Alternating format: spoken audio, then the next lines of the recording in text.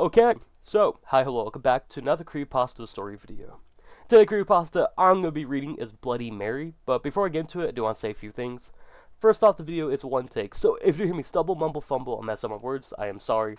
And also, at the time of this recording, I am finally recovering from COVID, so if you hear me cough and sound kind of stuffy, and maybe even, I don't know, sneeze during the video, I am sorry. COVID has not been good, but it's not as worse as some other people, so I am okay. But yeah, just if you hear me cough, I'm sorry. But second thing I do want to say, please consider using code GOONS at GameStop.gg. It's code GOONS, and you can use that to get 10% off at checkout. Okay, so outside of that, let's get into it.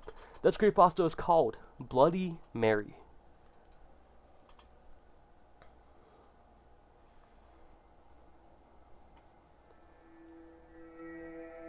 She lived deep in the forest in a tiny cottage and sold herbal remedies for a living. Folks living in a town nearby called her Bloody Mary and said that she was a witch. No one dared to cross that old crone for fear that their cows would go dry and their food stores would rot away before winter. Their children would take sick forever, or any number of terrible things that would happen that an angry witch could do to her neighbors and their children. Then the little girls in the village began to disappear, and one by one, no one could find where they had gone. Grief-stricken families searched the woods and the local buildings and all the houses and the barns, but there was never a sign of the missing girls. A few brave souls even went to Bloody Mary's home in the woods to see if the witch had taken the girls, but she denied any knowledge of the disappearance. Still, it was still noted that her haggard appearance had changed. She looked younger and even more attractive. The neighbors were suspicious, but they couldn't find no proof that the witch had taken their young ones. That came at night when the daughter of the Millers rose from her bed and walked outside, following an enchanted sound no one else could hear. The miller's wife had a toothache and was sitting up in the kitchen, treating it with a herbal remedy that when her daughter left the house. She screamed for her husband and followed the girl out the door. The miller came running in his nightshirt, and together they tried to restrain the girl, but she kept breaking away from them and headed out of town. The desperate cries of the miller and his wife woke up the neighbors.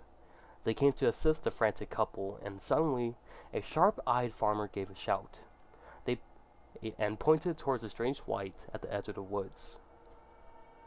A few townsmen followed him out into the field, and saw Bloody Mary standing beside a large oak tree, holding a magic wand that was pointed towards the miller's house. She was glowing with an unearthly light as she set her evil spell upon the miller's daughter. The townsmen grabbed their guns and pitchforks and ran towards the witch. When she heard the commotion, Bloody Mary broke off her spell and fled back into the woods. The far-sighted farmer had loaded his gun with silver bullets in case the witch ever came after his daughter. Now he took aim and he shot at her.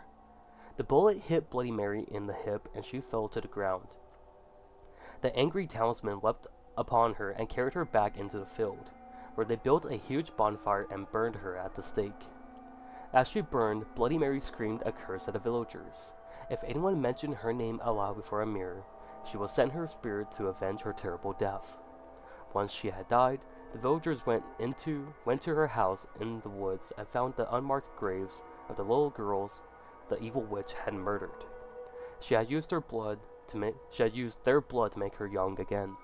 And from that day on, anyone foolish enough to chant Bloody Mary's name 3 times before a darkened mirror will summon the vengeful spirits of the witch.